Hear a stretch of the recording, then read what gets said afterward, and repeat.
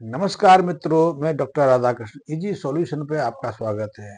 आज बात हम करेंगे कि जैसे हम प्राणियों में बीमारियों का प्रकोप बढ़ता जा रहा है। किसी भी उम्र में कई तरह के रोग हमें ग्रसित करते जा रहे हैं और बीमारियों का इलाज करने पर हमें बहुत सारा जोखिम उठाना पड़ रहा है, बहुत सारा खर्चा करना पड़ रहा है।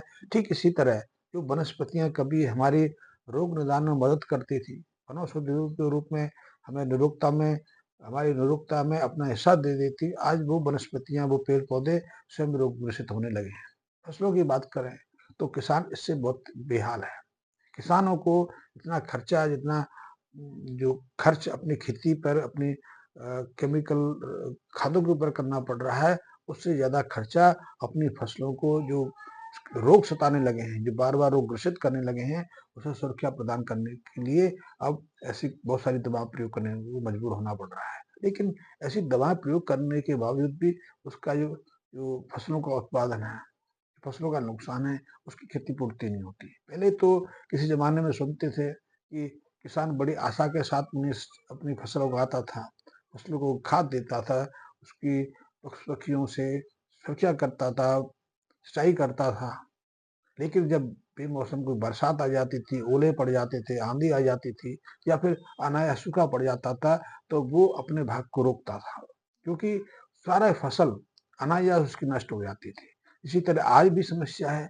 अब समस्या ने दूसरा रूप ले लिया।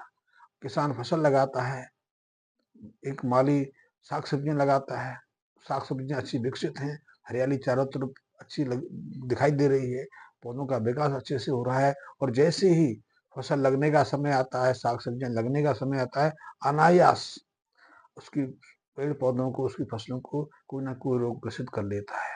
बहुत तरह के रोग हैं, बैक्टीरियल रोग भी हैं, फंगस रोग भी हैं, वायरल रोग भी हैं, यहाँ तक कि कई तरह के कीट पतंगे भी हमारी फसलों को नष्ट करने लगे हैं। आपने छोटी सुंडी देखी होगी, इल्लियां देखी होंगी। छोटी इल्ली को तो हम निमेटोड्स कहते हैं। निमेटोड्स जड़ों के माध्यम से पेड़ पौधों को प्रभावित करते हैं। पेड़ पौधों से जड़ों में जब ये निमेटोड्स संक्रमण करते हैं तो उसके बाद फंगस इन्फेक्शन हो जाता है, पौधों का विकास रुक जाता है, उनमें दाग धब्बे पड़ जाते हैं, पत्तियां सूखने लग जाती हैं।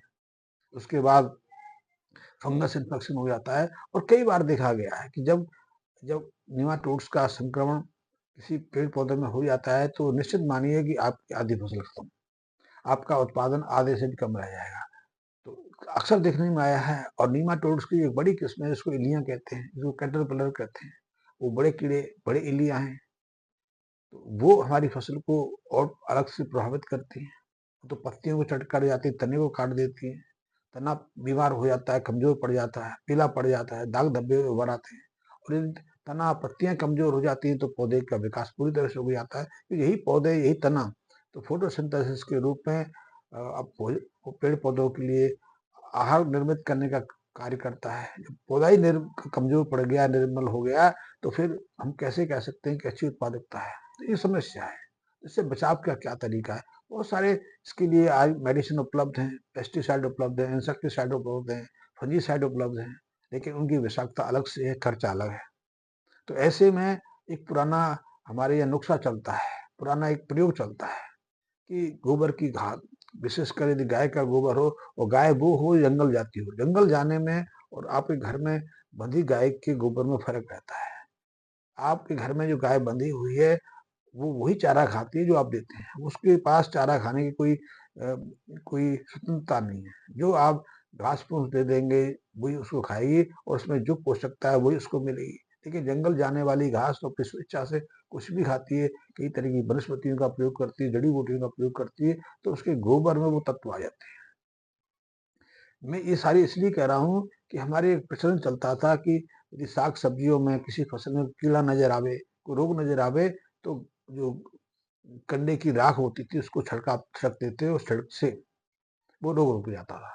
संक्रमण रोग का जो फैलाव था रुक जाता था, फसल सुरक्षित हो जाती थी और उत्पादकता में ज्यादा गिरावट नहीं आती थी। क्योंकि गाय के गोबर की जो खाद है, उसमें बहुत सारे केमिकल ऐसे रहते हैं जो रोगों से सुरक्षा प्रदान करते हैं।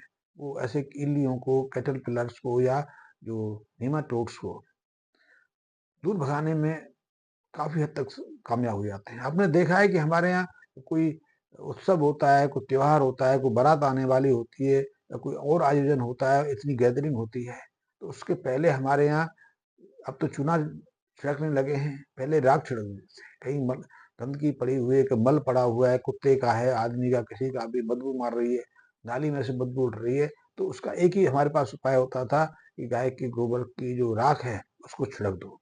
गाय को छिड़कने गोबर छिड़कने से कुछ घंटे के बाद ही दुर्गंध समाप्त हो जाती है। दुर्गंध समाप्ति नहीं होती, वो मल या विषाक्त जो अनावश्यक पदार्थ है, वो डिकम्पोज़ हो जाता है। दुर्गंध समाप्त हो जाती है, मक्खियाँ वहाँ से दूर भाग जाती हैं। मक्खियाँ दूर भागेंगी तो सीधा-सा है कि बैक्टीरियल जो वायरल वहाँ विकसित हो रहे थे, जो फंगस वहाँ अपना हमला कर रहे थे, वो भी दूर भाग जाती हैं। तो गाय के गोबर की राख बहुत महत्वपूर्ण है। इसी तरह गाय के जो गोमूत्र से जो खाद तैयार होती है, औषधि रूप में भी बहुत महत्वपूर्ण है। खाद में जब इसका खाद बना लेते हैं, तो उसमें सारे जो पोषक गौमूत्र के अंदर हैं, वो सब उसमें आ जाते हैं। 1 लीटर गाय के गौमूत्र से मात्र 1 डेढ़ ग्राम के आसपास खाद निर्मित होती है। यानी कि 1 लीटर के अंदर जो पोषक तत्व हैं, जो खनिज तत्व हैं, वो सब 1 ग्राम के आसपास गौमूत्र खाद में आ जाते हैं। तो आप इनका प्रयोग कर सकते हैं, क्योंकि हम तो इसका काफ़ी समय से प्रयोग कर रहे हैं कि आप गोबर की जो राख है, उसका एक्सेस निकाल लीजिए। आप गोबर मूत्र का जो क्षार है वो ले लीजिए।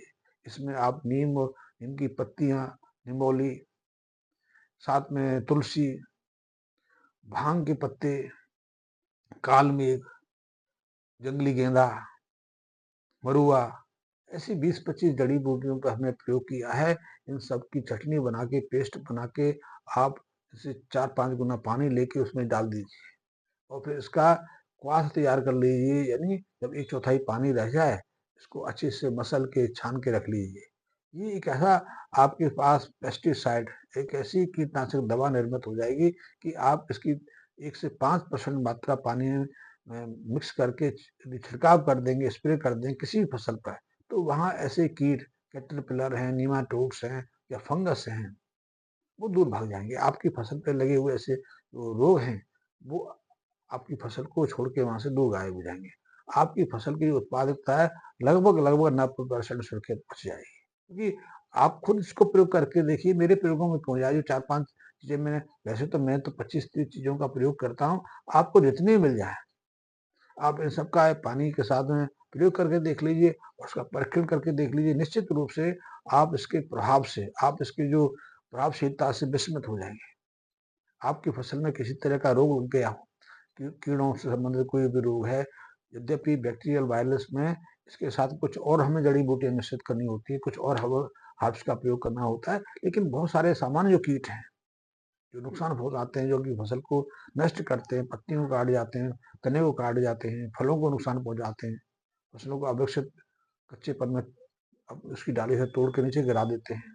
बहुत सारे ऐसे कारण होते रहते हैं। उन सब में ये जो इस काढ़ा मैंने बताया, एक सॉल्यूशन मैंने बताया, बहुत प्रभाव आपको नज़र आएगा। सब तरह के कीड़ों पर एक ही सॉल्यूशन काम कर जाता है।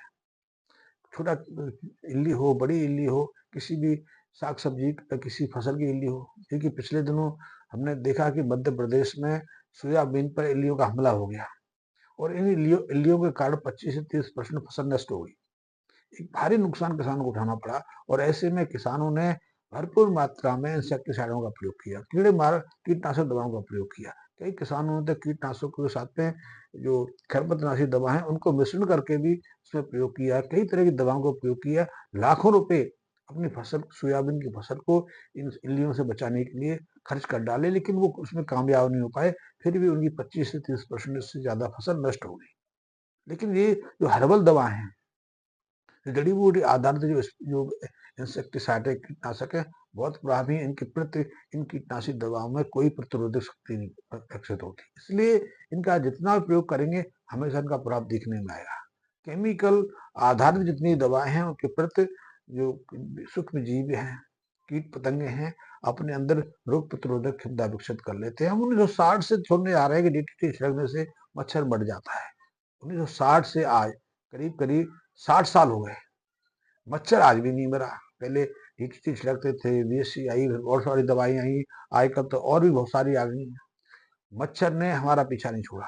आज भी डेंगू के नाम पर, चिकनगुनिया के नाम पर हमें डराया जाता है कि मच्छर से बचना है तो ये गुड नाइट लगा लो, ये कछुआ छाप लगा लो, ये ऑल आउट लगा लो, लेकिन मच्छर आज भी पीछा नहीं छोड़ रहा। पहले हम आज से 25-30 सालों की पहले बात करें, आपने अनुभव किया होगा, हम 2-4-5 जड़ी-बूटी ला के उसका धुआं करके आराम से सोते थे, मच्छर भी भनभनाते रहते थे, लेकिन हमें ना मलेरिया प्रभावित करता था, ना डेंगू प्रभावित करता था, ना चिकनगुनिया प्रभावित करता था। डेंगू मच्छर से संबंधित बहुत सारी बीमारियां आज गिनाई जाती हैं। हाँ, यदि हम हमारे अंदर रोग प्रतिरोधक शक्ति कम है, हम प्राकृतिक जीवन शैली का निर्वाह करते हैं, उस समय भी ऐसा ही था, तो कभी-कभी कुछ रोग हमें ग्रसित कर लेते हैं, लेकिन उनका भी उपाय था। कभी हमें अस्पताल में भर्ती नहीं होना पड़ता था। आजकल तो छोटा-सा बुखार हो जाए, पहले तो 2-4 दिन काढ़े पीने से ही हम पूरे साल के लिए निरोगी हो जाते थे। लेकिन अब तो छोटे बुखार भी हमें 25-30 हज़ार का चूना लगा जाते हैं। कई बच्चों को, कई लोग वयस्कों को तो ये ऐसे छोटे से वायरस, डेंगू जैसा रोग मृत्यु का कारण बन जाता है, लाखों रुपए खर्च हो जाते हैं। तो मैंने आपको बताया, यदि आपकी फसलों को, आपकी साग-सब्जियों को ऐसे नेमाटोड्स, ऐसे कैटरपिलर्स, इल्लियाँ प्रभावित करती हैं, तो इस काढ़े के माध्यम से आप पहले परीक्षण करके देखिए। आपको निश्चित रूप से अप्रत्याशित उसका परिणाम मिलेगा। मेरे लिए कुछ सेवा है, कोई जानकारी चाहते हैं, कोई शंका आपके मन में है, कोई पूछना चाहते हैं, तो निसंकोच मुझे मेरे मैसेज बॉक्स में कमेंट्स कर सकते हैं, अपना नंबर भी दे सकते हैं। मैं निश्चित रूप से संपर्क करूँगा और आपकी समस्या का निदान करने की कोशिश करूँगा। धन्यवाद मित्रों।